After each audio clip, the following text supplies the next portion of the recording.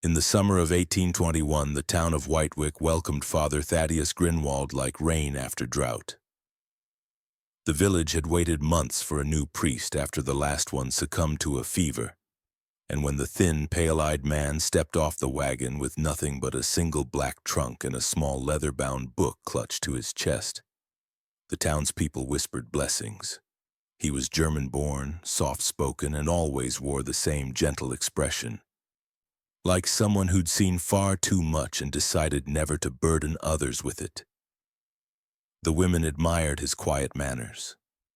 The children felt uneasy near him, though none could explain why. When he spoke, people leaned in. When he touched your shoulder, you felt colder. But when he prayed, the room stilled, as though God had stopped to listen or something else had. Father Grinwald wasted no time becoming essential. He delivered sermons that made strong men weep and led food drives for the poor with tireless resolve. No one went hungry while he was around.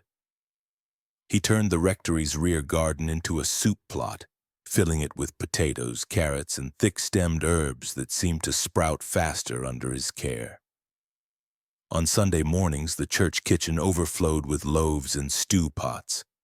Strangers began to appear at the edges of town, always hungry, always thankful, and always gone by morning.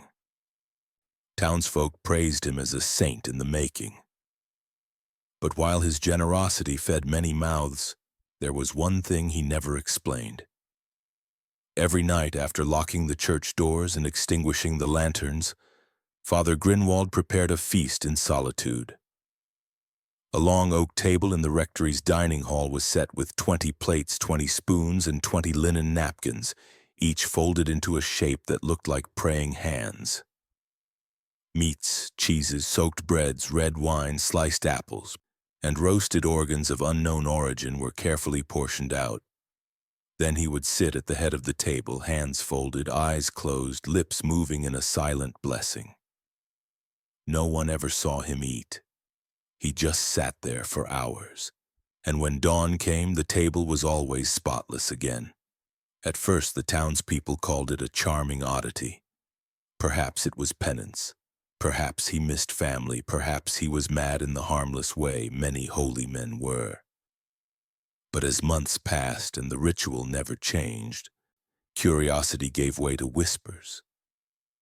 One woman, the baker's wife, said she once walked past the rectory late at night and saw movement behind every chair, as if people were seated there swaying. But when her husband returned with her moments later, the windows were dark.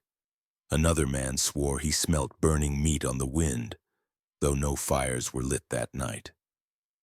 Still, no one dared ask. His sermons had begun to shift, less about salvation, more about suffering. He spoke of hunger as a sacred test and pain as the last gate before divinity. Yet he never raised his voice, never gave cause for accusation. His kindness continued. He buried the dead. He fed the poor. He smiled at babies and mourned with widows. And each night he prepared 20 plates in perfect silence. Children grew fearful of the rectory. They said the windows wept in the morning as if something inside had cried all night. One boy swore he saw the dining room chairs rock without wind. But his mother told him to keep quiet, not out of fear, but reverence. To question a man of God was to question God himself, and that fear ran deeper than any rumor. When asked, Father Grinwald would only say that tradition mattered, that sharing space with the unseen was a form of faith, that hospitality, even to those who had passed on, was a sacred act. People accepted it because they wanted to, because it was easier than not. The plates were always cleaned by sunrise, scrubbed and dried as if never touched. But the drain below the kitchen sink was often clogged with something that wasn't food. Strings of hair, small bones, a fragment of cloth with a child stitching.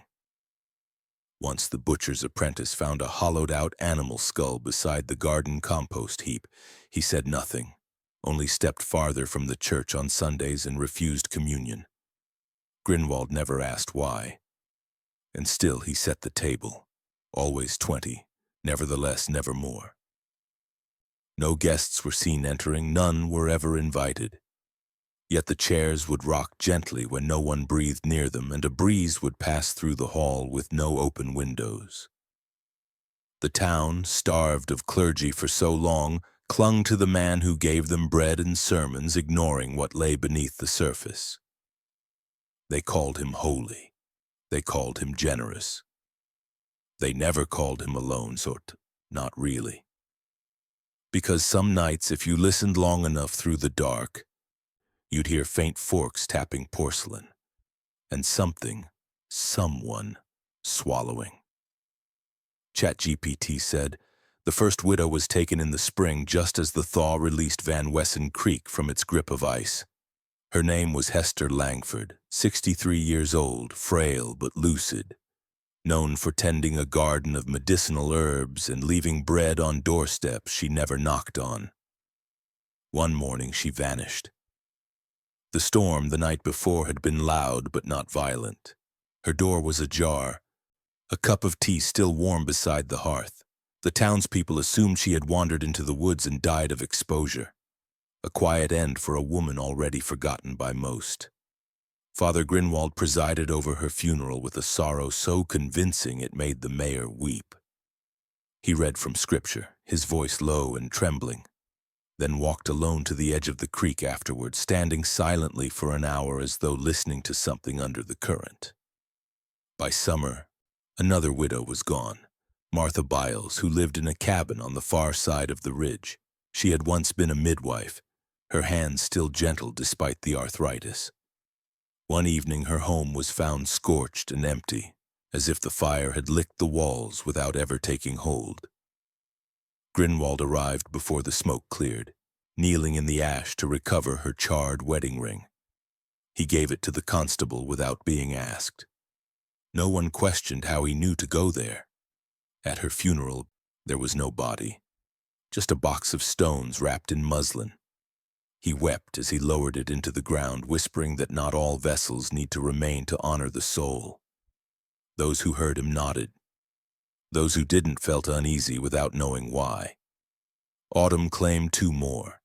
Sisters by marriage, Elsie Jarrow and Ruth Cale, disappeared within weeks of each other. Their neighbors assumed a passing sickness or cruel weather, but something was wrong with the timing. Their farms stood untouched. Meals were left half-eaten and animals were not yet fed. No signs of struggle, no footprints, no blood. Just absence. Grinwald again stood at the center of the mourning. His sermons grew more poetic, almost loving in their description of death as a reunion. He began speaking of wind carrying voices and the sacredness of being chosen. To be taken, he said, might be a gift for those pure enough to answer. No one dared interpret what that meant. Still the town followed him, leaned on him, and trusted him. He was their comfort, their compass. And he was always the first to find something no one else could see. Come winter, the fifth widow vanished during a snowstorm. Her shawl was later found pinned to the door of the church, wet but folded with a single candle stub resting on top.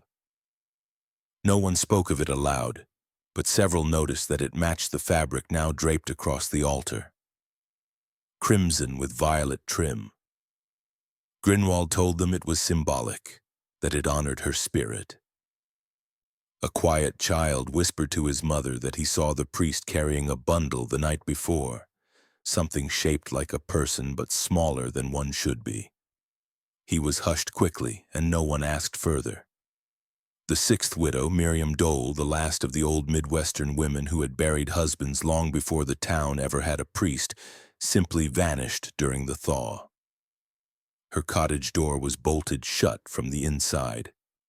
When they broke in, they found every mirror covered, every spoon bent, and a bowl of animal teeth placed carefully on her bed. Father Grinwald didn't hold a funeral for her. Instead, he asked the townspeople to pray silently in their homes that evening, then locked the church alone.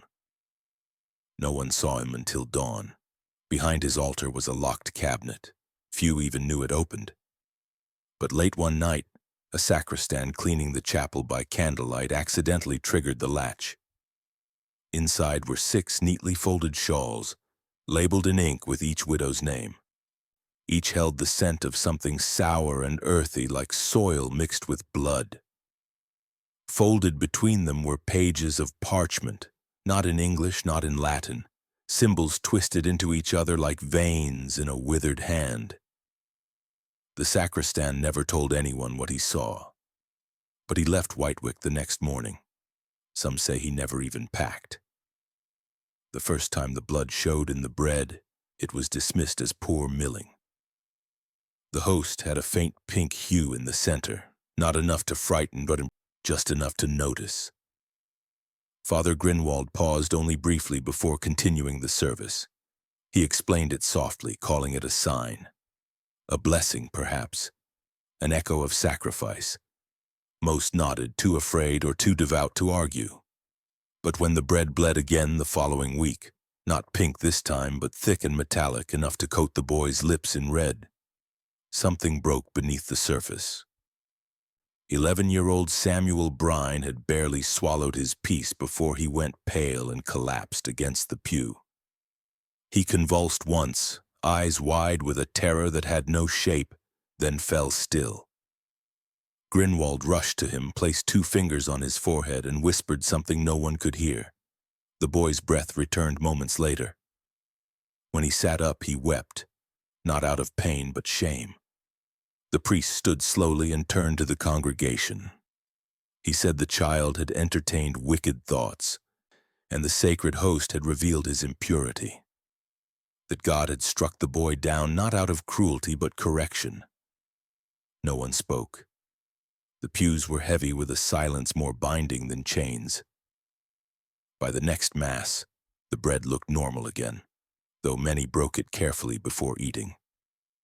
Those who lingered over their piece met Grinwald's eyes and felt the weight of them, as if he could see straight through to whatever they had done, or would. The boy was never the same after that. He stopped speaking and was seen wandering the graveyard after sunset, tracing the names on the stones with his fingers. He refused to eat and was found one night at the church door, kneeling and whispering. I saw her mouth move from the bowl. No one asked what that meant. Rumors spread that strange noises came from the church basement at night. Faint, low chanting that didn't match any known language, followed by sharp metal sounds, like bowls dragged across stone or teeth clicking in rhythm. The church had a cellar, but it was locked with iron and hidden behind a velvet curtain near the sacristy. Grinwald claimed it was only used for dry goods and winter candles. Even the altar boys, once trusted to sweep every corner, had never stepped beyond the curtain. They were told not to ask, told that to question the sacred was to risk eternal separation. That fear, once spoken softly by their parents, now hung louder in every corner of their minds. One night, the cobbler's apprentice, drunk on stolen wine, slipped into the church through a window. He left a trail of muddy footprints toward the rear of the nave, but he never came out. The next morning, Grinwald mentioned him during Mass, offering prayers for his wandering soul. That same night, a fresh batch of communion bread was left out on the windowsill to cool, perfectly round, golden brown, and marked faintly with the same muddy footprints, as if someone had walked across the dough before it baked. ChatGPT said, it was during the end of harvest, when the nights grew longer and the air smelt faintly of rot, that 10-year-old Calvin Porter found himself beneath the back edge of the rectory, crouched among wet leaves and slivers of firewood. He had followed the flicker of light, not the warm glow of a lantern, but something low and white, steady like a flame held in prayer. The grown-ups always told children to stay away from the rectory after dark, but none ever explained why. Calvin hadn't meant to spy, but he couldn't help it. He saw the basement grate behind the building, a rusted grid half hidden by vines, and something about the way the light moved inside made his chest feel tight. He dropped to his knees, belly to the ground, and peered through. What he saw never left him. The room below was square, built of old stone and slick with moisture. Candles stood at the corners and around the middle, tall and bone-white, not dripping. They were arranged in a circle with thin threads of something, hair maybe, strung between them like a spider's web. In the center stood a wooden chair, bolted to the floor with dark iron brackets. Its arms were stained, not with varnish but something darker, like old blood rubbed in over years. Buckled straps hung from the sides, and beneath it lay a basin, black and empty. To the right, a pair of shoes, not matching, not adult. One was a child's slipper, pink and scuffed, the kind worn to Sunday Mass by little girls with missing teeth. The other looked handmade, stitched from rough canvas and stained with something that soaked all the way through. Father Grinwald stood near the chair, head bowed, hands folded not in prayer but in precision. He moved slowly, setting items on a small side table. A spoon, a folded cloth, a shallow dish of pale oil. He murmured something under his breath, but the sound didn't carry. Calvin watched his mouth, the shape of the words, but they didn't belong to any language he knew. His hands were shaking, but he couldn't move. Then Grinwald looked up, not toward the grate, not at Calvin. Past it, through it, as if he saw something farther in the dark than the boy ever could.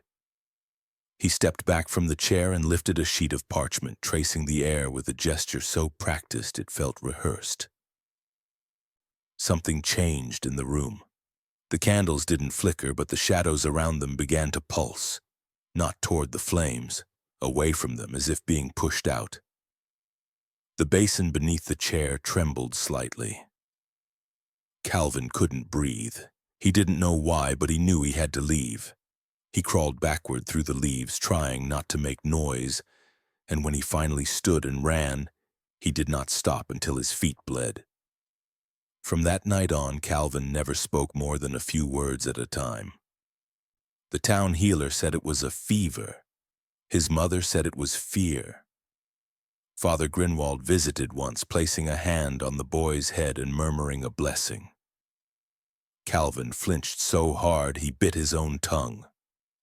He never looked the priest in the eyes again.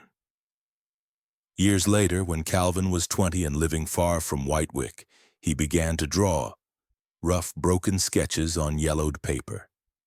He never signed them, never sold them, but the drawings always featured the same elements. Tall candles arranged in circles, a chair with straps and a pair of shoes, one small, one torn, and always in the corner a grate. Behind it, 2 eyes wide with knowing, staring into a place where faith had no light. The first signs were small, roots softening in the soil, tomatoes blooming too early, then blackening from within, potato plants curling in on themselves like fists. The people of Whitewick had lived off their land for generations, and they knew the signs of blight, drought, or bad seed. But this was something else. The plants looked alive until you touched them. Then they crumbled. Father Grinwald, already a fixture in every household through his nightly rounds and daily sermons, addressed the withering crops from the pulpit. His voice did not rise with warning. It dropped into sorrow. He said the land was not sick. The people were. That the ground swallowed what it could no longer hold. He spoke of rot as a mirror and decay as justice. He warned the congregation that the soil remembers what the flesh denies. Some flinched, others nodded, but no one dared challenge the man who buried their dead and fed their children. Soon his sermons shifted tone. He spoke less of salvation and more of contamination. He said the village had become too indulgent, too soft, too eager to comfort rather than correct. He pointed to mothers who coddled their daughters and fathers who turned blind eyes to whispers behind closed doors. He warned that discipline was love and disobedience was the door through which sin entered. The message was clear: their daughters were becoming the cause. He never named names, never shouted. He only said that softness leads to spread and that something in the blood of girls must be burnt clean. The townsfolk sat still as his words pressed into their spines, unsure whether they were afraid of him or ashamed of themselves. And still, the crops died. Soon after, he began reading confessions. They came without warning. A woman would be dead, from a fever, a fall, or nothing at all. And the following Sunday, Grinwald would step up to the altar with a folded paper in his hand. He would tell the town that the deceased had left behind a statement, a cleansing of her soul. He would read it slowly, describing her private guilt in graphic detail. Lusts, betrayals, things no one had seen but everyone now believed.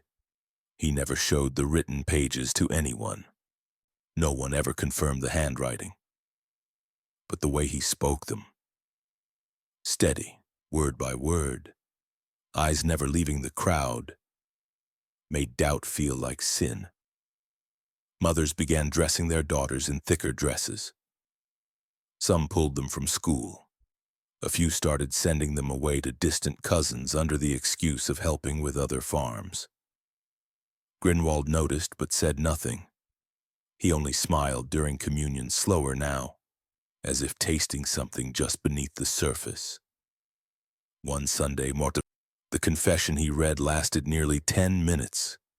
It described a woman's thoughts in such detail, her dreams, her secret moments of temptation, the way she stared at another woman's husband during market days, that people shifted in their pews, unsure if they were hearing sin or something else.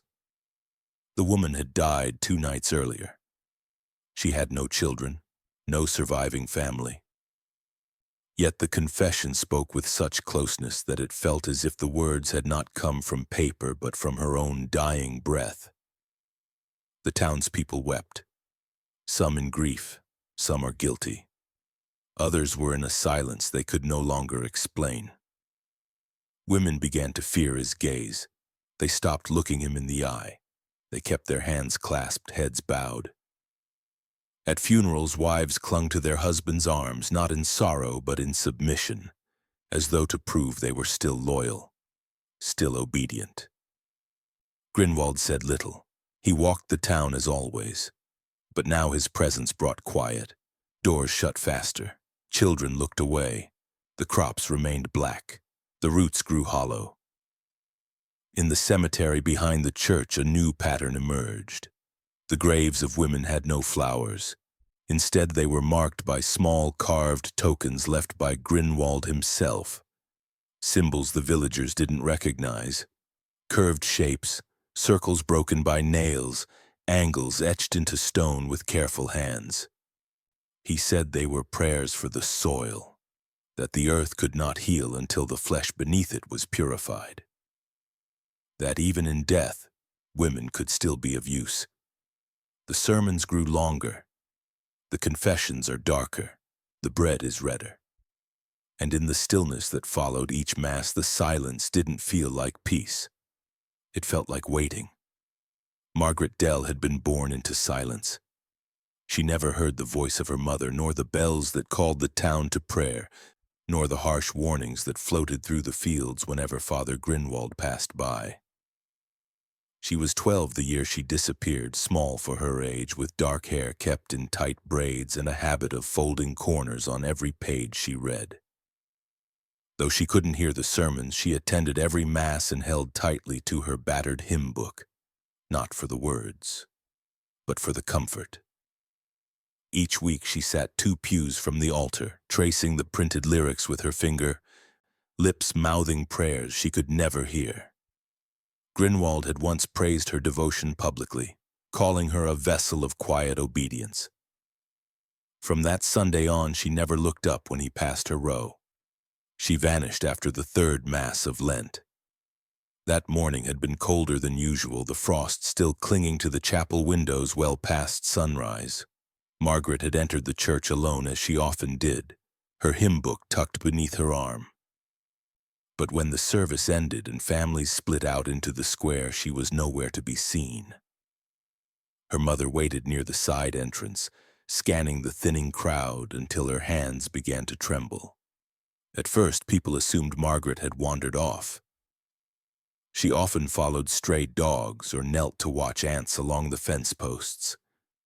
But dusk came, and there was no sign of her. No footprints, no shawl left behind. Only her mother's cries rising sharp into the air, breaking against the walls of the silent church. The next morning, the confessional door was found cracked open. Behind it, nailed into the wooden panel near the floor, was something wrapped in cloth. The same hymnal Margaret carried everywhere. Inside was her tongue, cleanly severed at the root, placed like a bookmark between pages of a song about the Lamb of God. There was no blood. No one spoke. Father Grinwald approached the scene calmly, eyes narrowed, and declared it a sacrilege.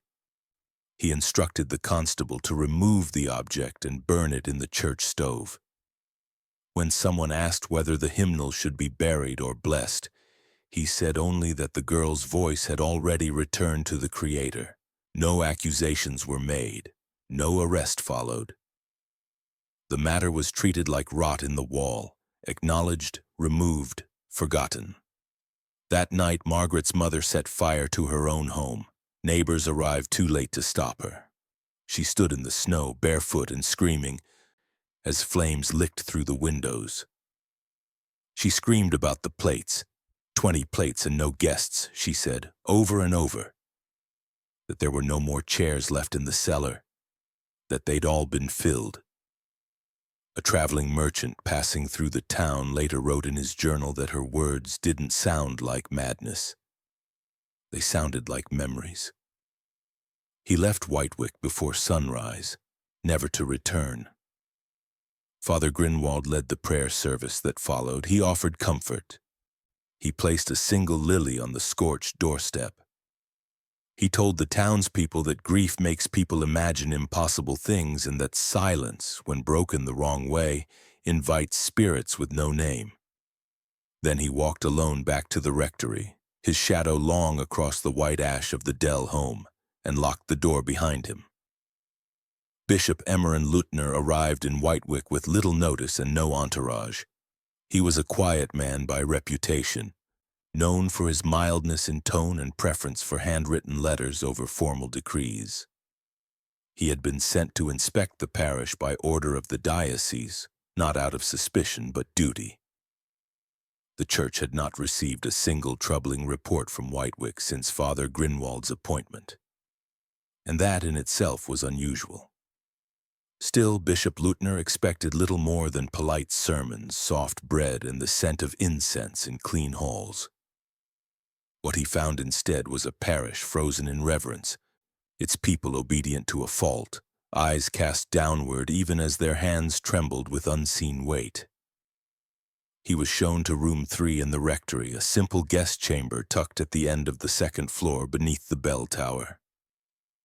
Grinwald greeted him with soft humility, showed him the prayer desk and bed, and insisted on leaving him alone to rest. The bishop would not sleep. At precisely 3 in the morning, the bell did not ring, but the walls inside room 3 shivered. Leutner sat up, breath caught mid-thought as a light, not firelight, not moonlight, began to seep beneath the floorboards. He later described it in his journal as a glow without a source, cold and pulsing, like something breathing below the room itself. Then came the sound, not a voice, but a sensation that pressed against his chest and filled the space around him with pressure. He wrote that the air thinned, and in its place, something entered. Something wearing a shape that pretended to be divine. It hovered in the doorway, tall and robed, and where its face should have been, there was only a smooth, pale surface like wax before the eyes were carved. The figure did not speak, but Leutner understood it wanted something. It held out its hand, long, boneless fingers, and gestured slowly toward its own eyeless face. By sunrise, Bishop Leutner was found wandering the edge of the forest barefoot, robe torn, muttering about angelic deception. His feet were torn by thorns and frost, and his lips cracked from chanting. He would not return to the rectory. He would not speak to Father Grinwald again. The townspeople said he refused to sit in chairs or sleep beneath roofs after that. 3 days later, he was committed to a sanatorium 40 miles east. There he spoke little but wrote constantly, page after page of dense, shaking script and symbols. His final journal entries were found partially burnt and smudged with soot and wine. Among the salvaged pages were drawings, knives arranged in a perfect 5-pointed star, forks with twisted tines laid over them like compass needles, and spoons placed between them in circles like offerings. Beneath each drawing, the same phrase was repeated in Latin: Hoc non est corpus Dei. This is not the body of God. In the narrow back room of the Whitewick parish, tucked inside a mildewed chest beneath folded robes and cracked hymnals, were photographs, 12 of them. Each bore the smudged stamp of a traveling daguerreotypist who had visited the town once a year, always in December. He was paid modestly by Father Grinwald to document the church's children's choir in the same arrangement, in front of the same altar, dressed in the same starched white garments. From 1821 to 1832, the images never changed, not in spirit, in detail. Each photograph showed the same children, same faces, same heights, same curls, buttons, ribbons, and eyes. It wasn't merely that the children resembled one another over time. It was that they were the same, not aged, not grown, frozen. A decade passed and not one face shifted with time. When the box was discovered by a historian cataloging early frontier parishes, it was first considered a printing error, perhaps duplicates. But under careful inspection, each print bore subtle changes in lighting and frame alignment, proving that they were taken separately years apart. And yet, not a single child in the choir appeared to have aged a day. The historian sent word to the diocesan archive, which triggered a quiet investigation into the Whitewick Church's records. What they found was worse. The roster of choir members had changed names each year, but only on paper. Every winter solstice, 1 or 2 children were marked moved, ill, or simply withdrawn from duties. No families were contacted, no departures documented, no burials recorded. But on the edge of the cemetery behind the chapel, 12 small gravestones stood in a crooked line, unmarked except for a small star etched at their tops. When one grave was quietly exhumed, investigators found nothing. Not a coffin, not a tooth, just packed dirt and dry air. They returned the soil without ceremony. Grinwald was questioned about the photographs, and with the same calm smile he gave to grieving widows and frightened boys, he explained it all as tradition. That the choir photos were meant to preserve an ideal image, and that the children in them had simply rotated out as the years passed. He said that in God's house, youth was eternal, that the church had always been about memory, not change. He offered no defense beyond those words. He offered no apology either. No one could find the names of the parents who had supposedly moved away. No letters remained. No parishioner remembered seeing a child leave. But each year as December approached, those still living in Whitewick recalled hearing singing long after the final Mass. Soft and layered, like children humming from behind the walls. It was always on the solstice. And it always ended just before midnight, followed by a single chime of the bell, though no rope had been pulled. Decades after Father Grinwald's death, long after the parish had been shuttered and the last remaining townsfolk buried or moved, a thin trail of documents surfaced in a mislabeled box at the diocesan archive in St. Louis. Inside were brittle pages, some scrawled in faded German, others marked with strange circular glyphs and numeric sequences that defied translation. Among them were 5 of Grinwald's journals, each bound in cracked leather and each written in a dense personal code that had resisted decades of attempts to decipher. For most archivists, the documents were little more than an oddity. But for Dr. Leonard Miles, they were something else entirely. A physicist by training, Miles had become infamous in academic circles for his research into metaphysical energy retention, a controversial field he called spiritual resonance. He believed human consciousness left measurable imprints after death, particularly in environments of focused ritual. When he heard of the Whitewick documents, he requested access not through the church but through a private donation to the university that stored the archive. Permission was quietly granted. Dr. Miles worked alone, often at night, and used a mix of UV imaging and spectral ink filtration to peer beneath surface stains and faded etchings. Over the course of 10 days, he reconstructed several of Grinwald's encoded passages, revealing that the priest had not merely recorded sermons or parish events, but detailed a system, a method, for extracting and preserving what he called essence. The entries described specific organs, specific ages, and specific behaviors that determined the purity and strength of the spiritual material. One line, repeated often in different forms, read, "The tongue holds memory, but the stomach preserves presence.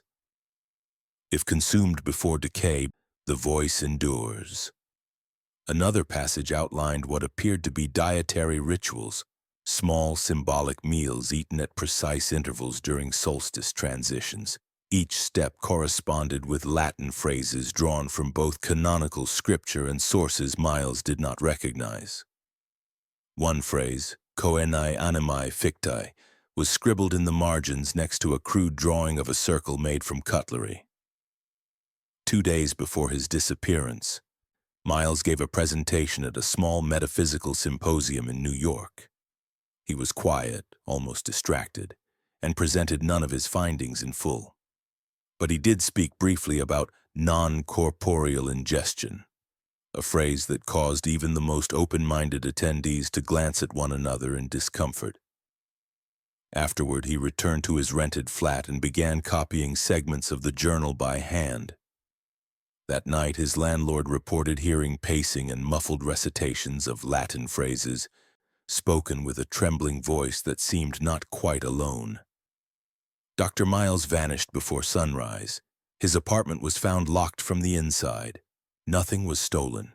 His notes were gone, but the originals remained untouched in the diocesan archive. All that was found in his flat was a breakfast tray set for 2, the food untouched, and a single linen napkin placed in the center of the table. Neatly folded, slightly bloodstained, and marked with an unfamiliar symbol. The coroner's report was inconclusive, no signs of struggle, no signs of departure. Only one thing was noted in the police log but never released publicly. The apartment sink was clogged with dense organic material, and a forensic technician later confirmed what the lead investigator feared. A portion of a human tongue had been forced down the drain. It bore signs of surgical precision, the kind that mirrored Grinwald's own notes exactly. In the spring of 1911, a flood swept through the southern edge of Whitewick, breaking apart soil that had held firm for nearly a century. The old church, long abandoned and leaning into itself like a man in grief, was struck hardest. Water pushed under its foundations, eating away at the packed clay and stone until the western wall split open and the rectory's floor buckled inward. When the water receded, 2 men were sent to assess the damage before a full demolition could begin. What they found beneath the warped floorboards of the dining room was not rot, not stone, not pipe. It was furniture, arranged in a perfect circle beneath the table, as if waiting for a meal that had never come. 19 small wooden chairs surrounded one massive high-backed seat carved from a darker wood. The children's chairs were delicately built and smoothed at the edges, and each had a name carved carefully across the top rail. Names that matched records once thought lost, boys and girls who had moved away or fallen ill between 1822 and 1831. The names weren't crude engravings. They were lovingly done, with symmetrical lettering and polished grooves as if meant to last. But the polish wasn't waxed. The grain of the wood, when touched, left residue. The chairs were stained, not by age, but by something deeper. Something that had soaked in long ago and left a faint metallic scent still rising in the cold air. The large central chair stood slightly elevated on a block of stone that had been hidden beneath the dining room hearth. Its arms were thicker than necessary and worn smooth at the ends. One worker remarked it looked more like a throne than a seat, not for a priest, but for a judge or a keeper. The floor beneath the entire arrangement had been painted with layers of ash and oil, now smeared and eroded by time, but still visible in curved shapes that didn't align with any known symbol. Beneath the platform, buried just inches under the dirt, were glass jars. Some cracked, others sealed tight. Inside them were coiled strands of hair, milk teeth blackened at the roots, and flattened communion wafers floating in a thick yellowing liquid that smelt of wine and salt. One jar contained a wedding ring resting atop a sliver of human jaw. Another held what looked like a strip of dried tongue pressed between folded linen, the cloth stitched with the word obedience in fine red thread. None of it made the papers. The church was condemned, and the findings were labeled as private artifacts by diocesan order. But one photograph, taken before officials arrived, later resurfaced. It shows the chairs in their full circle, the tall one in the center casting a long shadow across the others. And behind the throne, almost missed in the darkness, is a shape on the wall. Not painted, not etched. Burnt. The outline of a hand with 5 long fingers pressed against the stone as if it had left behind not just heat but something living. It began just after midnight. The bell, long rusted and silent for years, let out a single hollow chime that cracked the air like bone against stone. Then another and another. No wind stirred, no rope swung. But the bell continued, each strike deeper, slower, ringing with a force that didn't echo outward but pulled sound inward, as if something was drawing breath through the iron itself.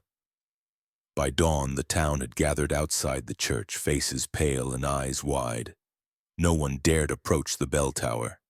Some whispered that it was the wind, others said it was time, and one by one they stepped through the chapel doors, drawn not by faith but by something heavier, something that had waited a very long time. Inside, the sanctuary was cold and still, as though the walls had forgotten how to hold warmth. Dust hung in the air, unmoved. The pews were empty, but the altar glowed with the soft light of dozens of white candles, unlit the night before, now fully aflame. At the center stood the long dining table. It had returned. The same one spoken of in murmurs for decades. The same one people said Grinwald set each night for guests that never came. But this time, they had. At the head of the table sat Father Grinwald, not aged but skeletal, his robe untouched by time, his spine arched forward in a pose of welcome. His hands were folded neatly in his lap. His face, somehow still held together by parchment-thin flesh, wore a smile not of peace, but of victory. Before him was a full plate, meat sliced and stacked, fruit peeled with delicate care, bread torn and soaked in red. It was the first time anyone had seen his plate served. Around the table, the other plates waited, 20 in all, but each one held something else entirely. On the first, a child's fingernail, pink and clean. On the second, a single blue eye, swollen and glazed. The third, 2 small teeth resting on a scrap of hymn page. And so it went, each plate an offering of flesh. Each arrangement carefully placed. A meal made not for the living, but to welcome the ones who were never allowed to leave. The townspeople could not move. Some cried without sound, others turned away before their knees gave out. At the far back of the sanctuary stood a boy no one had noticed until that moment, a quiet child, face pale, his hands clutching a worn prayer cloth. He had not been born when Grinwald died. He had never been inside the church before. Yet he watched with steady eyes, and when asked later what he saw, he whispered only one thing, not with fear but with certainty. He said, "He finally fed the right guests." The church had been closed for generations when the renovation began, not reopened out of faith but preservation. A local historical society funded by grant money and distant nostalgia decided to restore what was left of the Whitewick parish. Most of the structure had sagged into itself, sunken with age and weather, but the bones of the building remained. Beneath the dust and rot, they said, was a story worth saving. What they did not know was that the story had never ended. It had only grown quiet. Near the rear of the chapel stood a tall confessional, bolted shut with 3 rusted locks and a chain.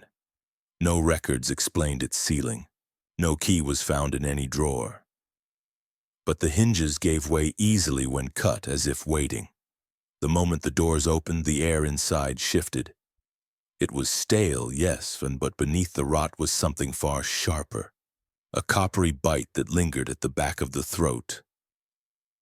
The interior was cramped, its wood blackened not by fire but by pressure, as though something had been pressed repeatedly against the surface over years.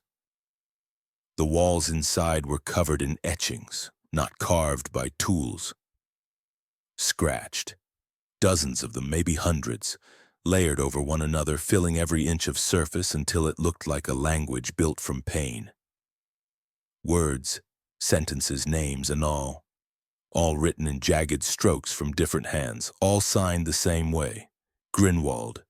They weren't confessions in the traditional sense.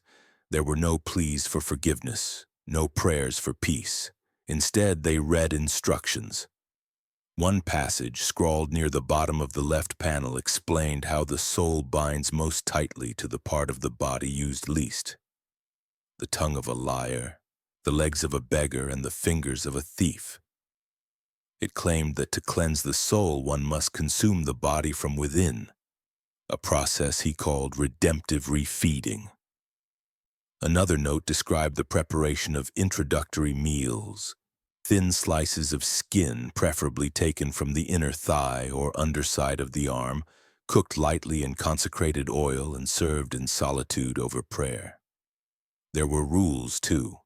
One must never eat what has bled in anger. One must never feed another person's sin to a child. One must fast on the day of the final bite. The language was clinical, almost gentle. There were checklists, feeding schedules, and notes on digestion. One entry claimed that a soul shrinks in grief but expands in hunger. That pain, when properly timed, pulls the essence upward where it may be collected. Some entries were dated, others not. A few were marked with initials, MDHLEJ, names that matched the town's missing persons reports from the 1820s. But what made the confessional unbearable wasn't just what was written. It was how it had been written. The scratches were layered, yes, but not chaotic. Each had been placed with precision, aligned along invisible rows like scripture. The same hand over and over tracing each letter carefully as though transcribing a holy text. But here and there, hidden among the structure, were words that trembled, letters that dragged or doubled. These were different, shaky, rushed, not Grinwald's. Near the floor, scratched so low it required kneeling to read, was a passage that broke from the rest. It wasn't a recipe, it was a plea. He made me eat the name. He said if I chewed it enough, I'd forget who it belonged to. I think it was mine. Above it, scratched with a broken rhythm, were tally marks, 47 in total, ending with a small circle. The team sealed the booth again. They photographed the walls and filed a quiet report, but no transcript was ever published. One worker, unable to sleep for weeks, claimed to hear chewing behind his bedroom door at night. Not loud, not human, but steady. Another burnt her gloves the same day she left the church, refusing to explain why. She said only that her palms had started to feel too warm, as though something had seeped through the skin. The first public leak came from a civil clerk in St. Louis, a low-level archivist who had seen too much in silence and one night simply chose not to stay quiet. The photograph was grainy, snapped on a contraband phone, and showed what appeared to be a dinner table set for 20, not in a home, in a church basement. Accompanying it was a short scan from one of Grinwald's coded pages, translated and annotated by a now-deceased physicist. The internet latched on quickly, treating it first as a hoax, then as folklore, and finally, when the second image appeared, as something worse. A truth too slow and too quiet to be fiction. The church issued a swift denial, calling the photograph an obvious fabrication and dismissing the writings as misinterpreted mysticism. They cited the age of the documents, the distortion of old ink under modern lenses, and the unreliability of men obsessed with death. But no matter how many rebuttals they issued, the phrase had already taken root. Grinwald protocols, a term whispered in forums, repeated on talk shows, and inscribed in graffiti behind cathedrals. The pressure built. Investigative journalists descended on diocesan vaults. The families of the long missing demanded access to records once deemed sealed. An exhumation was ordered in Indiana, then another. Every coffin they opened from Whitewick cemetery came up empty, or worse, filled with items that had never belonged to the dead. Toys, hair, bones too small and too many. Within a year, lawmakers took up the matter. A senator from Ohio, himself raised in an isolated religious sect, pushed for national legislation. It passed narrowly and with heavy edits, but it passed. The Grinwald Transparency Act, signed into law in the winter of 2019, required that all religious institutions maintain public documentation of rites involving fasting, isolation, or private confession. Any ritual requiring more than 5 consecutive hours in a space without oversight had to be reviewed by an independent board.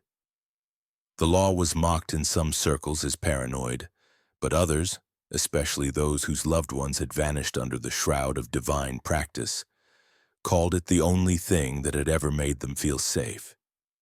Dozens of old cases were reopened. Most went nowhere. Files had been burnt. Witnesses were dead. The towns where rituals may have happened no longer existed. One detective described it like trying to catch smoke in cupped hands. You could smell it, taste it even, but it slipped through every grasp. And yet something stirred beneath it all. Reports began surfacing in places far from Indiana. A volunteer sweeping an abandoned seminary in Vermont found 20 plates arranged in a room that hadn't been used since 1978. A janitor in Wales discovered a wall of drawers behind a chapel altar, each labeled with a child's name and containing a single carved spoon. A nurse in Palermo reported that a mute patient in hospice moments before dying began muttering in German about a table too full to seat the living. Each story alone meant nothing. Together they wove something vast, not proven but undeniable. The phrase 20 plates became shorthand in law enforcement for cold cases with religious overtones. Sometimes they were just missing person files and hearsay. Other times they were worse. A training document leaked from the FBI's Behavioral Analysis Unit included an internal memo advising agents to take reports of ritual meal settings seriously, especially if found near church ruins or under rectories built before 1850. The memo was later retracted, but by then it was too late. The belief had spread, as did the fear, and through it all the church remained silent. Not officially, though. Their public face offered statements, condolences, and transparency promises, But deeper down, the silence remained. Vaults are still closed, documents still sealed. An internal investigation into Grinwald's sainthood consideration, once begun in the 1890s and thought to be lost, was quietly withdrawn from the Vatican archive without explanation. No one admitted to knowing why. But beneath the surface of policy and paper, something else lingered, a thread too deep to pull without tearing the entire cloth. People still whispered about hosts that bled, bells that rang on their own, choirs that didn't age, and in corners of small towns across the country, quiet churches still locked their basements, still set their tables, still waiting for guests. The church still stands. Weather-worn and splintering at the seams, its bell tower leans slightly to the east, like a man caught in mid-prayer. The windows are clouded with soot, the floorboards buckled from years of moisture creeping up from below, and the front doors have long since been sealed by rust and ivy. Yet no one tears it down. Not the town council, not the historical preservationists, not the church itself. Every attempt to demolish the structure has ended in hesitation. Delays, funding retractions, sudden illness among contractors. The official story is that it holds no threat, that it remains only as a relic of simpler times. But locals speak differently. They don't go near it, not in winter, especially not in December, especially not on the solstice. They say the table still appears once a year, that no one brings it in, no one sets it. But sometime between the last dusk of fall and the first light of winter, the dining room of the rectory resets itself. Chairs realigned, plates polished, napkins folded like prayer hands. 20 settings in total, always 20. The head of the table remains untouched, but the guest plates hold things no one can explain. Small tokens, shrouded in cloth, hidden behind sealed windows that still fog from the inside. A boy once dared to break in with a crowbar and a flashlight. He was found a day later in the churchyard, barefoot, his mouth sewn shut with threads from his own coat. When the doctor cut the stitches, the boy didn't scream. He whispered one word before falling silent forever. Full. Scholars argue still. Psychologists dissect Grinwald's writings, labeling him everything from a ritual-obsessed narcissist to a culturally mutated religious sociopath. Some say he was delusional, others believe he was simply meticulous, shaped by the harsh quiet of a young America and the twisted theology of isolation. A few, very few, suggest he was neither insane nor pretending, that he believed fully in the need for what he did, that he saw the rituals not as evil but as necessary. A means of cleansing not just the soul but the world. His sermons, recovered and translated, never once asked for permission. They simply instructed. They read like recipes passed down through blood. But belief, however monstrous, is not proof. No one ever charged him. No court ever tried him. No institution ever admitted what they knew. The bodies were never found. The voices once raised in accusation were eventually buried or lost to history. And yet the table returns, not as memory, but as presence. A reminder that evil, when it is calm, when it is dressed in robes and speaks softly, survives longer than truth. It weaves itself into ritual. It feeds not only on pain, but also on order. On the hunger for answers, in silence. And sometimes, when no one is looking, it gets fed. What do you think? Could someone like Father Grinwald live again today, unnoticed, praised, protected? And if they did, how would we know until it's far too late?